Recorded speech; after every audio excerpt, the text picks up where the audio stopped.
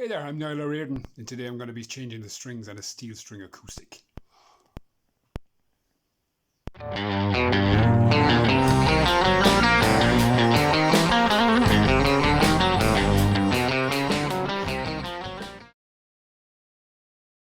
So here's what you need to change your strings and polish your guitar. These are the products I'm using, but you can just use olive oil to do any of the cleaning and polishing. Now, this is a string winder. This is a fret polishing thing, which is just basically like the abrasive part of a pencil eraser. A pencil, a set of strings, and a clean cloth. Okay, so today I'm going to be doing my first gig in over a year. So I thought maybe I should change the strings just in case. Lockdown seems to be easing off in Ireland anyway. So I hope you guys are all looking forward to a gig in the near future too. So if we're going to change the strings, we need to remove the old ones. I've got my string winder here.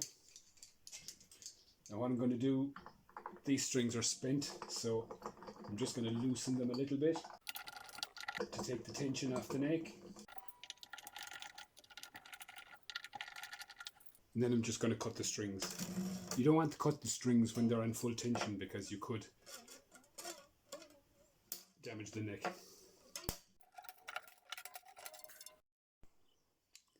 To remove the string pegs, on this particular string winder there's a very handy tool at the end which you just sort of put in under the top of the string peg and it pops out. They usually come out with your fingers, but you may need to force them sometimes. And this is plastic, so it's not going to scratch the finish on the guitar.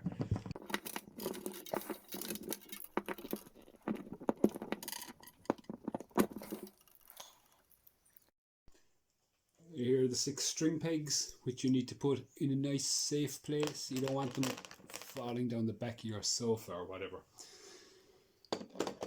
So let's take the strings out.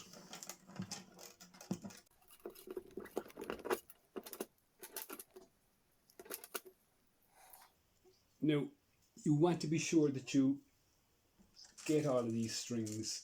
Don't let them fall on the floor. They're quite sharp, and you don't want, if you've got kids around or whatever, you don't want them playing with them because you don't want your kids getting hurt. So you make sure you've got, once you've cut the 6 strings in half, you should have 12 bits remaining, which I just roll into a little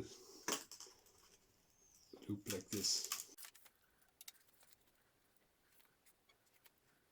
Okay, that's that taken care of. Now, this guitar has been hanging around the house. I've been playing it every day for a year, occasionally breaking a string and just changing one at a time.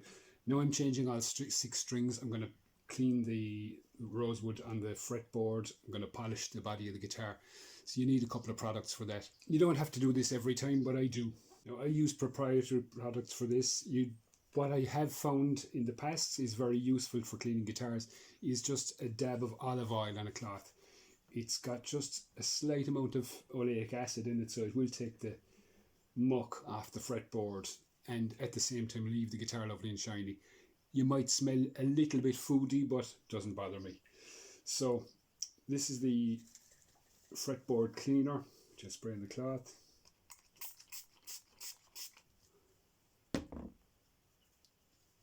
And you work that into the wood on the frets.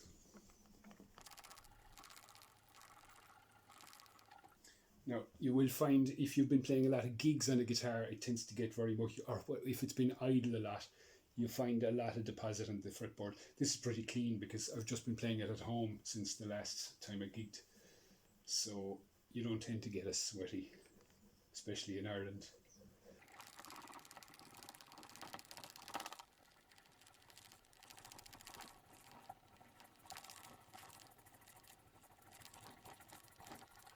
And voila, that's the fretboard done. Now I'm going to use some guitar cleaner for the other woodwork on the guitar. Just using a different part of the cloth for it.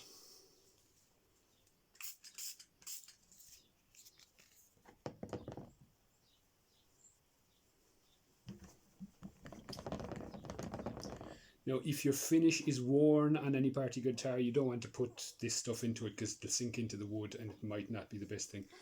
Whereas olive oil, if you're using it, is quite good for your woodwork.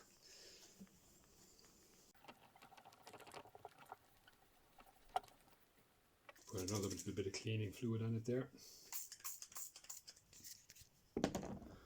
I've got to buy me a new bottle of that stuff. Now you'll notice I have a CD here. There's a very good reason for that.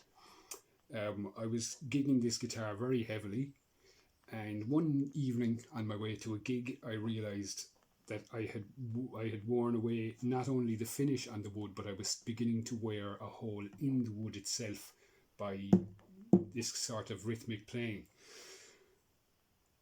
The best thing I could find to stick onto the guitar to save breaking a hole in it was an old CD, and I just painted it, but the paint is worn off. That's another day's work. I must paint that again. So I've had that on the guitar for years now, and CDs, it's true, they don't wear out. So you may or may not take advantage of that tip. You can actually buy pick guards. I just needed one in a hurry, so it's my own little personal touch on the guitar. Now you see I have a pillow here. I'm actually just changing my strings on an ironing board because it's a very handy place to do it. Pillow is to protect the headstock from getting bent out of shape or snapped off. It might just be in my mind, but I think guitars sound better when they're nice and clean and polished. Now we want to wipe all that stuff off. So first, I'll just give the fretboard a quick wipe with a clean part of the cloth and the bottom. And then the head.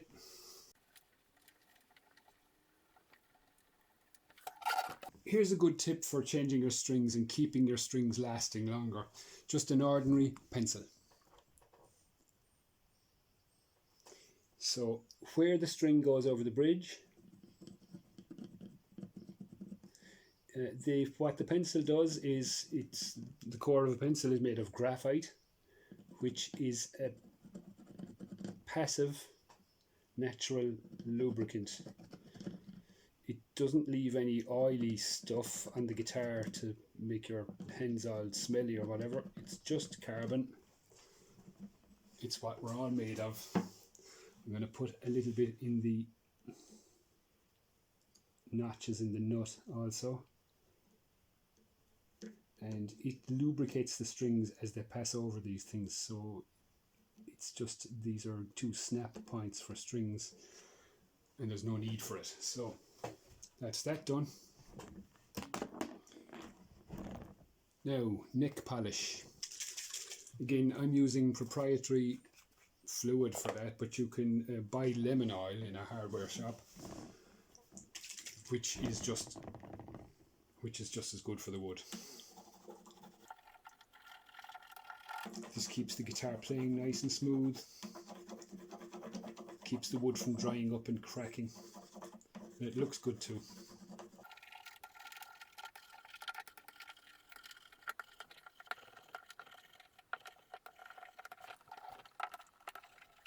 Now this guitar is an old Takamine G series that I bought second hand.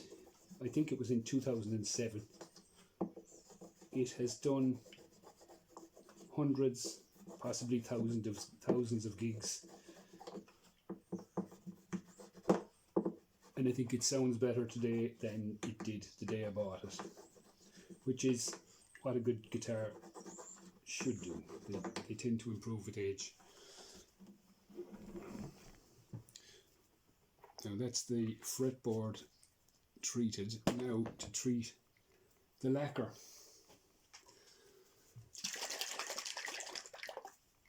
I'm using an oddball product for this.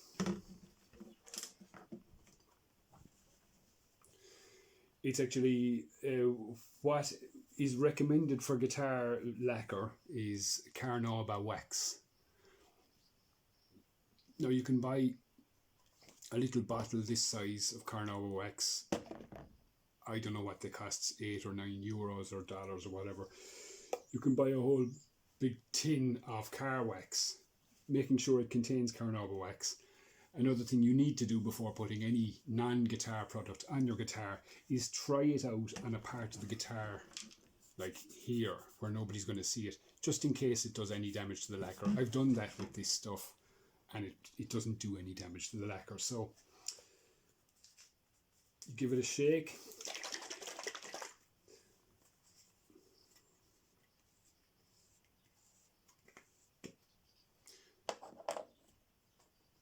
I love the smell of this stuff. Now you just dab once onto your cloth and spread that stuff around the finish on the guitar. Again, avoiding chipped varnish where you have worn away the lacquer on the guitar, because you don't want really this stuff getting into the wood.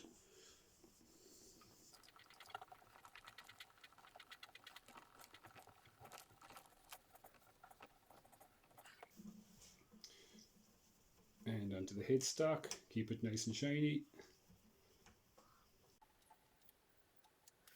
Now, while that carnauba wax is drying, I'm going to do a couple of things. First of all, I'm going to wipe the treatment off the fretboard, because you don't want,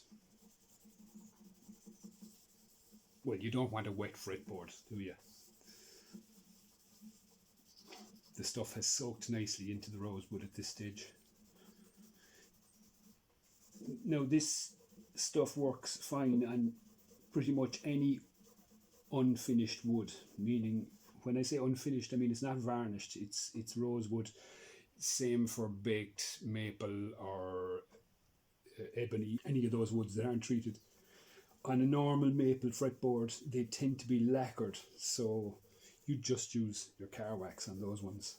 If anything, maybe just keep them clean is probably the best deal for them.